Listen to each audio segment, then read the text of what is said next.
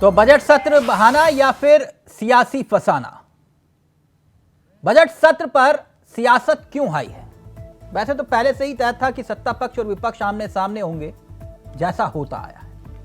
लेकिन इस बार मसला सियासी लड़ाई से सियासी अदावत पर आ गया। कांग्रेस और बीजेपी में जुबानी लड़ाई छिड़ी है।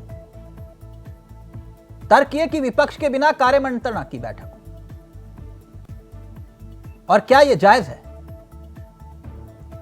सत्ता पक्ष की अपनी दलील और विपक्ष के गंभीर आरोप यह कि सत्ता के नशे में सरकार चूर है,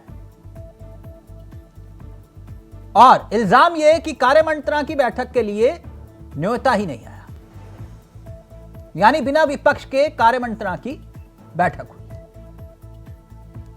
सरकार का विपक्ष पर पलटवार भी है कि कई बार न्योता दिया लेकिन कोई साफ जवाब नहीं आया।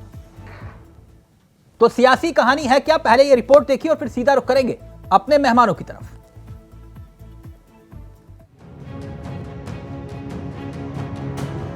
संसद या विधानसभा में लोकसभा की आत्मा तभी देखने को मिलती है जब सरकार और विपक्ष दोनों साथ रहे और जनता की समस्याओं को लेकर बातचीत करे, समाधान करे। लेकिन इसकी कमी उत्तराखंड के विधानसभा सत्र के दौरान देखने को मिली। दरअसल सोमवार से उत्तराखंड के विधानसभा के बजट का आगाज हो चुका है, लेकिन सत्र के पहले ही दिन सत्ता पक्ष और विपक्ष आमने सामने आ गए। विपक्ष ने सरकार पर जमकर हमला बोला। विपक्ष ने आरोप लगाया कि सरकार के पास विधानसभा में पूर्ण बहुमत है। आंकड़ों में सरकार विपक्ष से कहीं ज्यादा है। ऐसे में जब विपक्ष कार्य मंत्रणा समिति की बैठक में नहीं पहुंचा तो सत्ता पक्ष ने पूरा एजेंडा तय कर दिया। बिना विपक्ष के हुई इस बैठक को लेकर अब हंगामा हो गया है। विपक्ष का आरोप है कि सत्ता पक्ष सत्ता के नशे में चूर है, इसलिए लोकतंत्र की हत्या कर रहे हैं। नेता प्रतिपक्ष का आरोप है कि उन्हें कार्य मंत्रण समिति की बैठक की कोई सूचना नहीं दी गई और न ही उनसे इस बैठक में मौजूद रहने को कहा गया। दुर्भाग्य है, संसदीय परंपराओं का की अनदेखी है और जो संसदीय मूल्य है पहली बार देखने को मिला है, उसकी अवहेलना की जा रही है और संख्या बल को आधार बनाया जा रहा है। यह लोकतंत्र का भी अपमान है और सदन की भी अवहेलना है। देखिए, सत्ता पक्ष जो है अपने संख्या बल पे जो है उसके घमंड में जो है चूर है, और वो जो नियमावली से जो विधानसभा चलता है वो नियमावली को भूल गई। इससे पहले भी जब सत्र हुआ था आप सबने देखा वो नियमावली के विरुद्ध हुआ, और कल जो हुआ है कार्य मंत्रणा जो हुआ है बिना विपक्ष के हुआ है, तो ये कहीं ना कहीं चिंता का विषय है और आने वाले समय के लिए इस तरह की जो ये परिपाटी चलाई जा रही है बहुत घातक होगा। वहीं विपक्ष के आरोपों पर वित्त मंत्री और प्रदेश के संसदीय कार्य मंत्री प्रेमचंद अग्रवाल ने मोर्चा संभालते हुए विपक्ष के नेताओं को जमकर लताड़ा।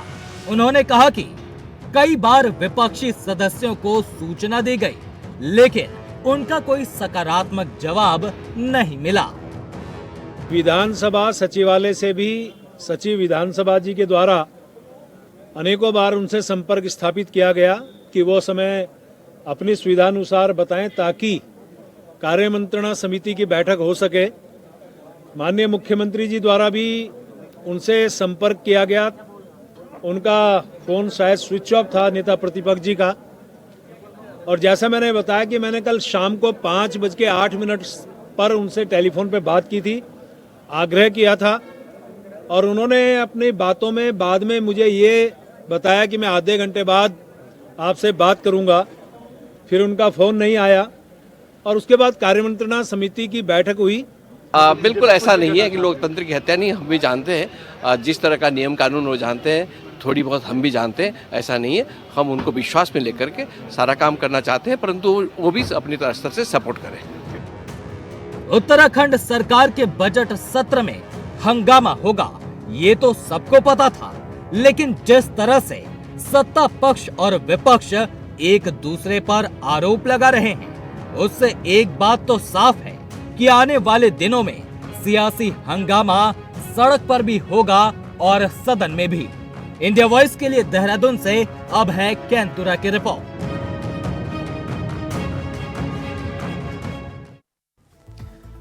तो क्या सच है और क्या फसाना, सीधा रुख करेंगे अपने मेहमानों की तरफ। आपको बता दें आज हमारे साथ इस चर्चा में जो मेहमान शामिल हो रहे हैं उनसे आपका परिचय करवा देते हैं। हमारे साथ गरिमा दसोनी इस कार्यक्रम का हिस्सा है, कांग्रेस का चेहरा है। हमारे साथ आम आदमी पार्टी की तरफ से इस कार्यक्रम का हिस्सा विपिन खन्ना साहब है और कुछ ही देर में बीजेपी का चेहरा भी इस कार्यक्रम का हिस्सा आपको दिखाई देंगे। लेकिन सबसे पहले गरिमा जी, बड़ा संगीन मसला है क्योंकि यहां बात विधानसभा की आती है। यहां तो पक्ष विपक्ष अपनी जगह सही है, लेकिन सदन के भीतर अगर एक नई परिपाटी शुरू होती है, परंपरा शुरू होती है, तो यह बहुत घातक है उत्तराखंड के लिहाज से, जहां तक मुझे समझ में आया। लेकिन ये आरोप जो इल्जाम आपने लगाए हैं उसका आधार क्या है? क्योंकि सत्ता पक्ष ये कह रहा है कि विधानसभा सचिवालय की तरफ से लगातार संपर्क साधा गया, लगातार खुद मुख्यमंत्री ने फोन किया, खुद संसदीय कार्य मंत्री ने 5:08 पर फोन किया, लेकिन कोई जवाब नहीं आया और आप कह रहे हैं कि बुलाया नहीं गया। देखिए तिलक भाई, जो हमारे जैसे एस्पायरिंग पॉलिटिशियंस हैं, अपने दल की बहुत छोटी कार्यकर्ता हूँ, लेकिन जब राजनीति का इस तरह का परिदृश्य देखते हैं तो बहुत दिल टूटता है कि कार्यकर्ताओं में आपस में जुबानी जंग होना, प्रवक्ताओं का आपस में तर्क वितर्क करना, वो समझ में आता है। लेकिन जब इतने अनुभवी और इतने वरिष्ठ नेता आपस में तू मैं करते हों तो वो बहुत अच्छी स्थिति नहीं है किसी भी प्रदेश के लिए। और जब गरिमा जी, अगर हो सके तो फोन प्लीज आप अगर ये हेडफोन हटा के अपनी बात को रखें तो ऑडियो ज्यादा क्लियर आएगा, क्योंकि बहुत महत्वपूर्ण विषय है। मैं चाह रहा हूं कि आपकी आवाज जैसा कि मैंने कहा कि ये बहुत दुर्भाग्यपूर्ण स्थिति दिखाई पड़ रही है प्रदेश की, जहां बहुत ही अनुभवी और वरिष्ठ नेता हमारे, जिनको हम आइडलाइज करते हैं, जिनको हम लोग एक रोल मॉडल्स के रूप में देखते हैं और जो हमारे प्रेरणा स्रोत हैं, जिनको देखकर हम राजनीति में पदार्पण कर रहे हैं, अगर उनके बीच में इस तरह का तू मैं होगी तो मुझे नहीं लगता कि ये बहुत शुभ संकेत हैं। और जब कांग्रेस इस बात को कहती है कि भारतीय जनता पार्टी ने देश के अंदर लोकतंत्र और संविधान की हत्या कर दी, उसका यही मतलब है, क्योंकि इन लोगों का विश्वास संविधान में नहीं है। इसलिए जो विधानसभा के नियम कायदे कानून है उसके अनुसार ही विधानसभा सत्र नहीं चलाना चाहते। और आप मुझे बताइए कि अगर इतने बार संपर्क साधा गया होता तो विपक्ष को क्या गुरेज था कार्य मंत्रणा बैठक में सम्मिलित होने में? मुझे नहीं लगता कि इसमें कोई दो राय होनी चाहिए। तो सरकार झूठ क्यों बोलेगी गरिमा जी? नहीं, सरकार सबूत रख देना। अगर कॉल है तो कॉल रिकॉर्ड्स भी होंगे। अगर आप वो समय बता रहे 5:08 पर शाम को फोन किया गया था जी को, संसदीय कार्य मंत्री बता रहे हैं कि 5:08 पर शाम को फोन किया गया, सीएम ने फोन किया, सचिवालय की तरफ से गया। मैंने कहा ना कि आप, ये कोई बात थोड़ी हुई कि आज कार्य मंत्रणा बैठक है और आप जो है 4 घंटे पहले बात करें किसी से। लोग अपने कुछ संघर्ष करके वहां पर पहुंचे हुए हैं। विपक्ष को आपको कुछ सम्मान देना चाहिए। और मैं बिल्कुल इस बात को नकारती हूँ अगर मेरे नेता कह रहे हैं कि उनको निमंत्रण नहीं मिला। हमेशा कांग्रेस पार्टी बहुत सहयोगी और बहुत सकारात्मक विपक्ष रहा है, तो कभी भी इस तरह का बखेड़ा करने का हमारा कोई इरादा नहीं होता। और अगर इन लोगों को कार्य मंत्रणा बैठक में नहीं बुलाया गया है तो 28 तारीख को आप कांग्रेस कार्यकर्ताओं को गरजते हुए देखेंगे। विधानसभा घेराव करने का हमने निर्णय लिया है, गैरसैंण के अपमान और अनदेखी को लेकर भी और अपने नेताओं की इस तरह से अपमान को देखकर भी। और निश्चित रूप से ये मैं कह सकती हूँ कि संविधान में इन लोगों का कोई विश्वास नहीं है। मैंने पिछले दिनों जो केंद्र में बजट सत्र हुआ था उसमें प्रधानमंत्री का भाषण सुना। प्रधानमंत्री ने कहा कि अगले चुनाव में आपको विपक्ष दर्शक दीर्घा में बैठे हुए मिलेगा। तो इतनी निचली हरकत, इतनी नीचे गिरा हुआ बयान कि विपक्ष दर्शक दीर्घा में विपिन खन्ना साहब का मतलब आपका लोकतंत्र में विश्वास नहीं है। विपिन खन्ना साहब, क्या ये मामला गंभीर नहीं है? कार्य मंत्रणा की बैठक से अगर विपक्ष नदारद है और विपक्ष ये कह रहा है कि हमें सत्ता पक्ष ने नहीं बुलाया, सत्ता पक्ष ये कह रहा है कि हमने बुलाया, ये लोग आए नहीं, तो क्या एक नई परंपरा, नई परिपाटी शुरू हो रही है क्या उत्तराखंड में? देखिए, लोकतंत्र के लिए तो तिलक जी ये घातक है, लेकिन अगर नेता प्रतिपक्ष कह रहे हैं कि हमको सूचना नहीं दी गई, तो अगर सरकार झूठ नहीं बोल रही है तो नेता प्रतिपक्ष भी झूठ नहीं बोल रहे हैं। अगर सरकार ये कह रही है कि हमने शाम को 5:08 पर फोन किया है, तो तिलक जी, मेरा मानना यह है कि आप उत्तराखंड के विधानसभा सत्र के लिए आप न्योता दे रहे हैं, शाम की दावत के लिए न्योता नहीं दे रहे हैं। आपको कम से कम 2 से 3 दिन पहले पत्राचार करना चाहिए था, क्योंकि आप आज बता सकते हैं। आप कह रहे हैं हमने फोन किया, मुख्यमंत्री जी ने फोन किया। देखिए, तो वही बात होगी जो पिछला सत्र चला था और जिसमें यूसीसी का विधेयक जब पेश किया सरकार ने, तो मात्र 2 घंटे का समय दिया गया विपक्ष को 800 पन्ने पढ़ने के लिए। और दूसरी तरफ जब कार्य मंत्रणा की बैठक हो रही है तो मात्र आप 12 घंटे पहले यानी शाम को फोन कर रहे हैं नेता प्रतिपक्ष को कि आप मंत्रणा बैठक में आए। तो बिल्कुल नेता प्रतिपक्ष बिल्कुल ठीक कह रहे हैं कि मुझे बैठक का न्योता नहीं दिया गया। अगर सरकार इतनी गंभीर होती तो पत्राचार करती, 2 से दिन पहले पत्राचार कर दी, क्योंकि ये कोई घर की पार्टी नहीं हो रही थी या कोई घर की बैठक या एक कार्यक्रम नहीं हो रहा था कि आप मात्र 12 घंटे पहले बताते। आपको 3 से 4 दिन पहले संपर्क करना चाहिए था और पत्राचार करना चाहिए था। यानी आप ये कह रहे हैं कहीं ना कहीं ये सरकार की जिम्मेदारी बनती है और संसदीय कार्य मंत्री की।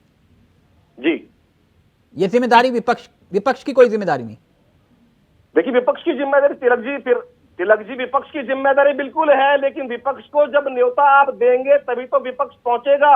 अगर सरकार झूठ बोल रही है कि हमने फोन किया है, अरे भाई फोन किया है या कोई पत्राचार किया है तो दिखाइए क्या पत्राचार किया है आपने।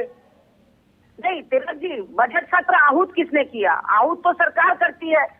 और गैरतमंद विपक्ष जो है वो लास्ट मिनट कॉल पर क्यों जाएगा? आप भी बताइए मुझे, अगर आपके दोस्त भी आपको कॉल करें और कहें यहाँ पार्टी चल रही है आ जाओ, तो लास्ट मिनट कॉल पर आप जाएंगे क्या? विपक्ष का कोई सम्मान नहीं है, कोई स्वाभिमान नहीं है कि आप लास्ट मिनट पर कॉल करेंगे और विपक्ष दौड़ा चला आएगा। आपको प्रॉपर समय से सूचना देनी होती है, एक पत्र व्यवहार सचिवालय को करना होता है, वो सारी चीजें तो नदारद दिखी। तो कहने का अर्थ ये है, मैं आपको बता रही हूँ कि ये कई लोगों की, मेरी नहीं, ये कई लोगों की शंका है कि ये देश को वन पार्टी नेशन बनाने पर तुले हुए हैं, एक डिक्टेटरशिप की तरफ देश जा रहा है, जहां ये जो बोले इनको क्लीन चिट, ये जो करे इनको क्लीन चिट, यानी कि सारे नियम कायदे कानून इन्होंने ताक पर रखना शुरू कर दिया है और इनको 7 खून भी माफ है। इस पर तो उत्तराखंड की जनता में बवाल आ जाना चाहिए था कि गैरसैंण में क्यों नहीं हो रहा है बजट सत्र। जब विधानसभा से पारित हो चुकी है ये बात कि आने वाली कोई भी सरकार हो वो बजट सत्र कम से कम गैरसैंण में करेगी, ताकि गैरसैंण में व्यवस्थाएं आमूल चूल में परिवर्तन होता रहे और उसमें व्यवस्थाएं सुदृढ़ होती रहें। लेकिन ऐसा पराया कर दिया है गैरसैंण को इन्होंने कि ना मानसून सत्र, ना शीतकालीन सत्र, ना ग्रीष्मकालीन सत्र, ना बजट सत्र, कोई सत्र होते ही नहीं। और हमें है कि हम टेंट और तंबुओं में भी गैरसैंण में सत्र कर रहे थे।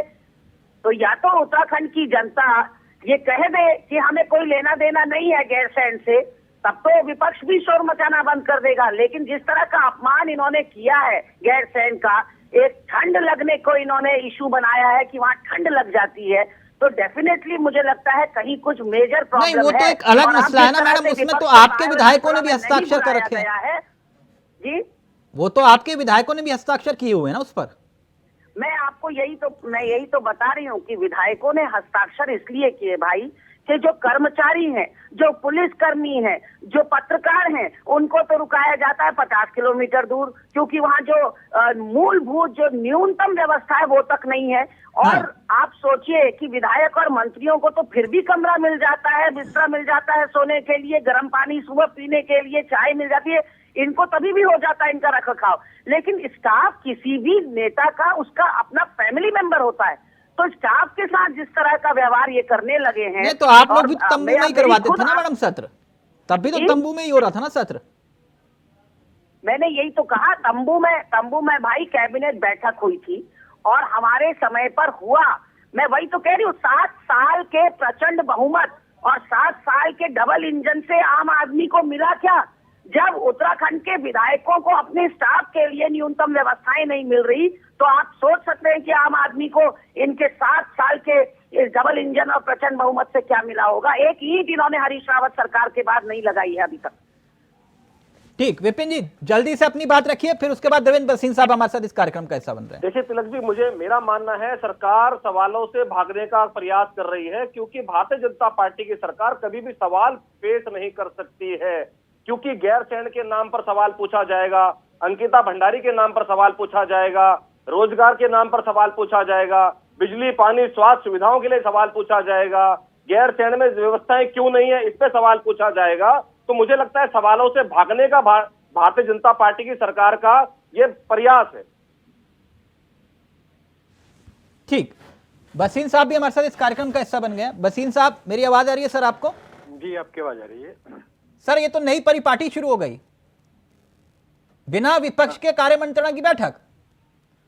विपक्ष ये कह रहा है कि आपने बुलाया ही नहीं।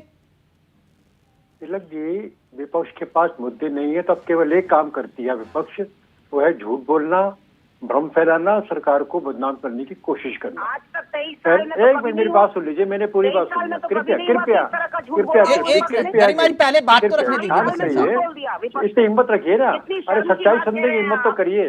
अब डिबेट खराब क्यों कर देती है गरिमा जी? ये आपने क्या कॉन्ट्रैक्ट लिखा है कांग्रेस से कि किसी डिबेट पे चलने नहीं देंगे? आपने को ठेका ले लिया है कि हम डिबेट को खराब करेंगे, सच्चाई को नहीं सुनेंगे। बात रखने दीजिए, सच्चाई सुन लीजिए, सच्चाई सुन लीजिए। तो सच बात तो ये है कि इनके जो लोगों ने जब उनको बताया गया तो उन्होंने पहले तो उसका रिस्पॉन्स नहीं दिया और उसके बाद फॉर्म भी बंद कर दिया। कुल मिला के स्थिति ये है कि कांग्रेस के लोग जो है पूरी स्थिति से भाग रहे हैं, पहली बात। और दूसरी बात, जो भी विपिन खन्ना जी कह रहे थे कि हम सवालों से भाग रहे हैं, विपिन जी एक चीज बताइए, सत्र चाहे गैरसैंण में हो चाहे देहरादून में हो, तो प्रश्न तो आएंगे ही आएंगे, सरकार उनका उत्तर ही देगी, तो भागने की बात क्या हुई? एक मिनट 23 साल में आज तक कभी ऐसा नहीं हुआ ना सर? उत्तराखंड के इतिहास में जहां तक मुझे संज्ञान है नहीं हुआ, शायद अगर आपकी नॉलेज में हो तो, आप तो विद्वान व्यक्ति हैं। तो फिर क्या ये उत्तराखंड छोड़ दीजिए अभी सत्ता पक्ष और विपक्ष, क्या एक नई परिपाटी नहीं शुरू हो रही? और जिम्मेदारी किसकी बनती है? और आप आखिरी मोमेंट पे कहोगे कि आज शाम को हमारे यहाँ है शादी का फंक्शन है, तब भी नहीं पहुंच पाते लोग। तो यहाँ तो विधानसभा का सत्र आहूत हो रहा है। देखिए तिलक जी, पहली बात तो मैं ये कहूँ कि अगर नियत ठीक हो तो कोई बहाना नहीं होता, और नियत है तो फिर बहुत बहाने हैं। बसीन सर, ये मतलब आप एक तरफ कह रहे हैं कि हमने बुलाया, आखिरी मौके पर अगर आप फोन करके कहिए कि आप बैठक में आ जाइए, तो फिर ये कौन सा लॉजिक हुआ सर? देखिए पूरी जो प्रक्रिया है वो उसके बारे में तो विधानसभा के अध्यक्ष जी बता पाएंगी, लेकिन मैं एक बात जानता हूँ कि सरकार की तरफ से बताया गया, बुलाया गया। लेकिन जैसा कि मैंने पहले भी कहा, कांग्रेस हर बात से भागती है और केवल आरोप मढ़ने में इनकी महारत हासिल है। सर, संसदीय कार्य मंत्री की कोई जिम्मेदारी है कि नहीं? नहीं है ना, है शायद, वो भी है, मैं कह रहा हूँ ना आपसे। नहीं तो है तो फिर क्यों बिना विपक्ष के कार्य मंत्रणा की बैठक हुई? देखिए पहली बात तिलक जी है कि अभी जो गरिमा जी कह रही थी ना कि हमारे लोगों, पहले कांग्रेस के नेता बोलते थे कि हमारे लोगों ने गैर से सत्र को हटाने के लिए नहीं कहा, हमसे सवाल पूछते थे। आज गरिमा जी ने खुद ही मान लिया कि इनके विधायकों ने जो है वहां पर लिख के दिया था। अब ये कह रहे हैं कि वह व्यवस्थाएं नहीं थी। तो गरिमा जी 5 साल तो आप रही हैं, आपने क्या कुछ किया? आपने तो विधायक भवन को गेस्ट हाउस बना दिया था आपने, कुंजवाल जी के समय की बात है, रिकॉर्ड की बात है, एक बात। और दूसरी बात, आप ही के लोगों के कहने पर जब भारतीय जनता पार्टी की सरकार थी तो वहां पर सत्र को शॉर्ट किया गया और देहरादून आएगा। यानी कांग्रेस के नेता तो जो कहे वो अच्छा कर रहे हैं और हम जो करते हैं वो गलत करते हैं। आपके विधायक लिख करके देते हैं, पहले हम मना करते हैं, आज आप स्वीकार करते हैं। तो ये जो दोहरापन है, ये केवल भ्रम पैदा करने का जो एक ठेका ले लिया कांग्रेस ने। कब से विपक्ष की बातों को मानने लगी? नहीं, पहली बात है कार्य मंत्रणा समिति में तो आइए ना, आप ये कहिए ना कि हमारी बात नहीं मानी जाती। खन्ना जी, आप हिस्सा ही नहीं, आपकी पार्टी तो हिस्सा ही नहीं। और अगर कार्य मंत्रणा समिति ने कांग्रेस ने तय कर दिया है कि वो नहीं जाएगी और केवल सरकार को बदनाम करेगी तो साहब 1 मिनट कंट्रोल करिए, 1 मिनट। गरिमा जी, मैं एक बात जानना चाह रहा हूं कि चाहे सत्ता पक्ष हो या विपक्ष हो, और बतौर नेता प्रतिपक्ष यशपाल आर्य जी की कार्यशैली पर किसी को कोई संदेह भी नहीं है। मैं बस इतना जानना चाह रहा हूं, ये सत्र तो उत्तराखंड का ही सत्र था ना, उत्तराखंड की आवाम के लिए था, तो दिल बड़ा कर लेना चाहिए था। दिक्कत क्या थी इसमें? और बाद में आकर आप कहते कि इन्होंने गलत परंपरा शुरू कर दी। तिलक भाई, आप शायद नेता प्रतिपक्ष जी की बाइट नहीं सुनी। हाँ। नेता प्रतिपक्ष जी कैटेगोरिकली उसमें बहुत क्लियरिटी के साथ कह रहे हैं कि हमें सूचना ही नहीं थी कि कहाँ कार्य मंत्रणा बैठक है, कितने बजे है। जब ना समय पता है ना कक्ष पता है तो आदमी मुंह उठा के कहाँ चलेगा? मेरा कहने का मतलब है कि ये कोई प्रेमचंद अग्रवाल के बेटे की शादी नहीं थी जिसमें उन्होंने अपनी चॉइस के मेहमान बुलाने हैं और जो अपनी चॉइस के नहीं है उनको छोड़ देने हैं। ये विधानसभा सत्र का एक प्रॉपर प्रोसेस और चैनल होता है जिसके थ्रू पत्राचार होता है, प्रॉपर एक लेटर ऑफ इनविटेशन जाता है। तो इसमें आप भाई भतीजावाद नहीं कर सकते कि आपको चेहरा पसंद नहीं है यशपाल आर्या का या चेहरा पसंद नहीं है प्रीतम सिंह जी का, तो आप उनको छोड़ देंगे और अपने मन मुताबिक चेहरों को छांट लाएंगे। ये उत्तराखंड इनकी बपौती नहीं है भाजपाइयों की, ये इनको याद रखना होगा। जिस तरह से इन्होंने शहीद आंदोलनकारियों नहीं, आप भी तो सर एक मिनट, बसीर सर आप भी तो विपक्ष के रूप में रहे ना जी, और यही अगर सम्मान आपके साथ होता या यही परिपाटी आपके साथ होती तो क्या आप सहन करते? तिलक जी, मैं कांग्रेस की स्थिति बताता हूं आपसे। हाँ। जिस समय गैरसैंण का मसला जो है तय हुआ कि वहां ना करके यहाँ करेंगे, तो इन्होंने भ्रम फैलाया और इस्तीफा तक दे दिया राज्यपाल पे जाकर के। ये खुद ही जो है भाग्य मैदान छोड़ करके, ये इस्तीफे की राजनीति, ना सुनने की राजनीति, ना बुलाने की जो कहानियां हैं, एक कांग्रेस केवल मीडिया का टेंशन गेन करने के लिए, मीडिया का टेंशन गेन करने के लिए, और चूंकि इनकी कोई अपने आप में मुद्दे नहीं है, तो मुद्दे में बिना मुद्दा खड़ा करने की जो इनकी कार्य प्रणाली है, ये उसी का हिस्सा है। आज ये कह रहे हैं बुलाया नहीं गया, उससे पहले गैरसैंण हल्ला करते थे, और जब हमने कहा कि आपके लोगों ने भी जो लिख के दिया है तो मना करते थे। आज गरिमा ने खुद मान लिया कि कांग्रेस के नेताओं ने जो है लिख के दिया, और अब वो कहती व्यवस्थाएं नहीं है। तो 5 साल तो आप भी थे ना, आपने क्या चीज कराया वहां पर? आपने तो उल्टा जो है वहां पर एक विधायी भवन था गरिमा जी, आपने उसको गेस्ट हाउस बना दिया। आपकी तो इच्छा कभी रही नहीं है। आपने तो एक साल तीन विधा जो है राजधानियां घोषित करी। आप क्या सोचते हैं? और दूसरी ओर जो राजधानी का मसला, तो हमने कहा, हमने एक वादा किया था हम ग्रीष्मकालीन राजधानी बनाएंगे, और हमने घोषित भी किया, बनाया भी, और वहां पर सत्र भी किए लगातार। नहीं, अब ये मत बोल दीजिएगा सर गैरसैंण में पहला पत्थर आप ही लगा के आए थे, अब इतना भी नहीं। नहीं, वो नहीं मैं कह रहा हूँ, हाँ। मैं बिल्कुल दावा नहीं कर रहा। वो तो ना कांग्रेस ने भी नहीं किया, वो काम कांग्रेस भी दावा नहीं कर सकते, नाम कर सकते हैं। जिन्होंने किया हम जानते हैं। जो कैडेट्स हैं वो लिख कर दे दें कि बहुत सर्दी होती है, सुबह 8 बजे हमें परेड नहीं करनी है 26 जनवरी को, तो उसको भी टाल देंगे आप लोग। यानी गरिमा जी, आपके विधायक भी तो चिट्ठी पर हस्ताक्षर कर रहे हैं, वो वही तो कह रहे हैं कि आपके विधायकों ने भी तो हस्ताक्षर किए उस चिट्ठी पर। मैं तिलक जी कुछ और कह रही हूँ। मैं ये कह रही हूँ सरकार को जहाँ जो करना होता है वो सरकार को दृढ़ निश्चय लेकर अपना निर्णय लेना होता है। जिस विधायक को आना होगा आएगा, जिसको नहीं आना होगा नहीं आएगा। मैं कह तो रही हूँ 26 जनवरी को कड़ाके की सर्दी पड़ती है, तो क्या परेड बंद कर दें गणतंत्र दिवस? ठीक, खन्ना साहब, ये राजनीतिक तूतू मैमे में कहीं ना कहीं आपको नहीं लग रहा कि उत्तराखंड के जन के मुद्दे जो हैं वो कहीं ना कहीं पिछड़ रहे हैं? तिलक जी, बिल्कुल उत्तराखंड के जन के मुद्दे पिछड़ रहे हैं, और मुद्दों को पछाड़ने में भारतीय जनता पार्टी की सरकार का बहुत बड़ा योगदान है। जिस प्रकार डॉक्टर साहब कह रहे हैं कि विपक्ष के नेताओं ने चिट्ठी लिखी है कि गैरसैंण में सत्र नहीं होगा, तो मुझे लगता है भारतीय जनता पार्टी की सरकार इतनी शरीफ तो नहीं है कि विपक्ष के नेताओं की बात मान लेगी। अरे भाई, आप पावर में हैं, आप मेजोरिटी में हैं, आपके विधायक ज्यादा हैं। आप अगर सत्र वहां आयोजित कर देते तो झक मार के विपक्ष के नेताओं को आना पड़ता, और अगर विपक्ष के नेता ना आते तो आप उन पर उंगली उठा सकते थे। लेकिन आज आप कह रहे हैं कि जिन्होंने चिट्ठी लिखी तब हमने सत्र नहीं किया, तो विपक्ष की बात कब से भारतीय जनता पार्टी की सरकार मानने लगी? तिलक जी, बसीम सर, और जो आज इन्होंने आज हमने निर्णय लिया जो सर्वसम्मत एक प्रकार से है, और यहाँ कर रहे हैं, और उसका उत्तर भी जो विधानसभा में आएंगे उसका उत्तर हम देंगे। अगर हम यहाँ बिना कांग्रेस के लोगों की बात माने वहाँ कर देते तो ब्रिजिंग खन्ना जी कहते कि आप विपक्ष की बात नहीं सुनना चाहते, तो गरिमा जी बोल रही होती कि आपने हमारी बात को दबाने का प्रयास किया। तो जी, आप अभी जब कर रहे हैं तब भी आप कह रहे हो, और ना करते तब भी आप कह रहे हो, तो ये तो आपने एक बिल्कुल सरकार को कर रखा है, सरकार की आलोचना करनी है। आप तो करेंगे। अभी छोड़ दीजिए बसीम साहब, बताओ उत्तराखंडी, एक मिनट खन्ना साहब एक एक करके प्लीज। बसीम सर, मैं इतना जानना चाह रहा हूं बतौर उत्तराखंडी, छोड़ दीजिए आप बीजेपी कांग्रेस, ये जो कुछ हुआ क्या वो सही हुआ? तिलक जी, सबसे महत्वपूर्ण बात यह है कल बजट कैसा आएगा। सबसे महत्वपूर्ण बात है कि कल के बजट में आम जनता की जो बातें हैं सर, जो परंपरा टूटी वो सही हुआ? सर मैं आपसे ये पूछ रहा हूँ, आप ये कह रहे बजट बिल्कुल गैरसैंण में सत्र होना चाहिए, बिल्कुल हमारे कमिटमेंट है, मैं एग्री कर रहा हूँ इस बात से। गैरसैंण में सत्र होना ही चाहिए, और इसमें सबकी सहमति होनी भी चाहिए। तो इसलिए ये कहना कि हम नहीं करना चाहते, ये केवल आरोप प्रत्यारोप की कहानी है।